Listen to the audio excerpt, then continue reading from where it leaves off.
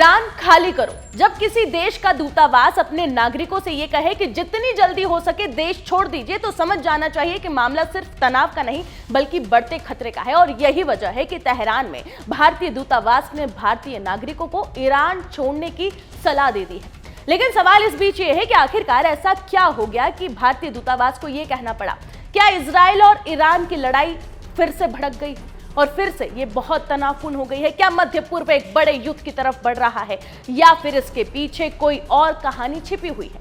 दरअसल बता दें कि कहानी सिर्फ मिसाइलों की नहीं है, हमलों की नहीं है, कहानी हिजबुल्लाह की है।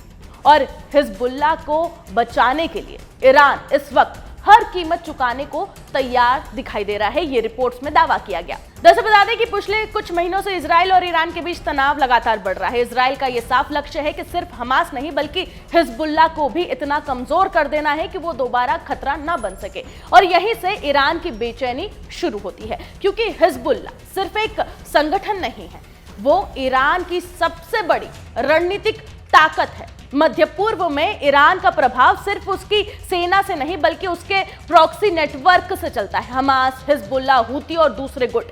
अगर हिजबुल्लाह खत्म हुआ तो ईरान का प्रभाव भी बुरी तरह से कमजोर पड़ जाएगा। और यही वजह है कि हर सीज फायर बातचीत में ईरान एक बात बार बार दोहराता है, हिजबुल्लाह पर हमला बंद होना चाहिए। लेकिन इजराइल इसके लिए बिल्कुल तैयार नहीं है और इजराइल बिल्कुल अलग सोच रहा है। उसका यह कहना है कि अगर खतरा खत्म करना है तो हिजबुल्लाह को पूरी तरह से खत्म करना होगा। और यही से टकराव और भी ज्यादा दोनों देशों के बीच में बढ़ गया। अब एक और बड़ा ट्विस्ट आप समझ लीजिए। पहले ईरान आसानी से सीरिया के रास्ते हिजबुल्लाह तक हथियार पहुंचाता था, लेकिन सीरिया में सत्ता परिवर्तन के बाद वो सप्लाई रूट काफी हद तक प्रभावित हो गया है। मतलब कि हिजबुल्लाह पर दबाव बढ़ा और ईरान की चिंता भी बढ़ी। इसी बीच ईरान ने फिर मिसाइल हमले किए। कुछ हमलों में यमन के हूती विद्रोहियों का नाम भी सामने आया। यानी लड़ाई सिर्फ दो देशों के बीच में नहीं रह गई है, पूरे क्षेत्र में अलग अलग मोर्चे खुलते हुए साफ दिखाई दे रहे हैं।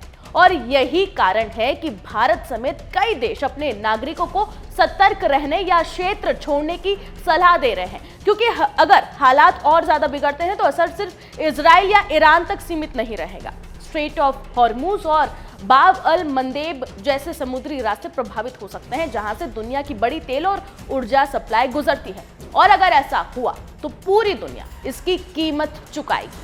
फिलहाल सबसे बड़ा सवाल इस वक्त यही है कि क्या यह संघर्ष यहीं पर रुक जाएगा जो तनाव इस समय सामने आया है, या फिर हिजबुल्लाह को बचाने और खत्म करने की जंग पूरे मध्य पूर्व को एक और बड़े युद्ध में धकेल देगी? क्योंकि इस वक्त सिर्फ मिसाइलें नहीं चल रही हैं, सिर्फ हमले नहीं हो रहे, बल्कि पूरे क्षेत्र का शक्ति संतुलन दांव पर लगा हुआ है। अब देखना यह होगा कि आने वाले दिनों में ये जो चिंगारी उठी है ये किस ओर जाती है। क्या ये और भी ज्यादा भड़कती है या फिर कुछ राहत की खबर भी सामने आती है? फिलहाल इस रिपोर्ट में इतना ही। बाकी तमाम खबरों के लिए आप जुड़े रहे जी न्यूज़ के साथ।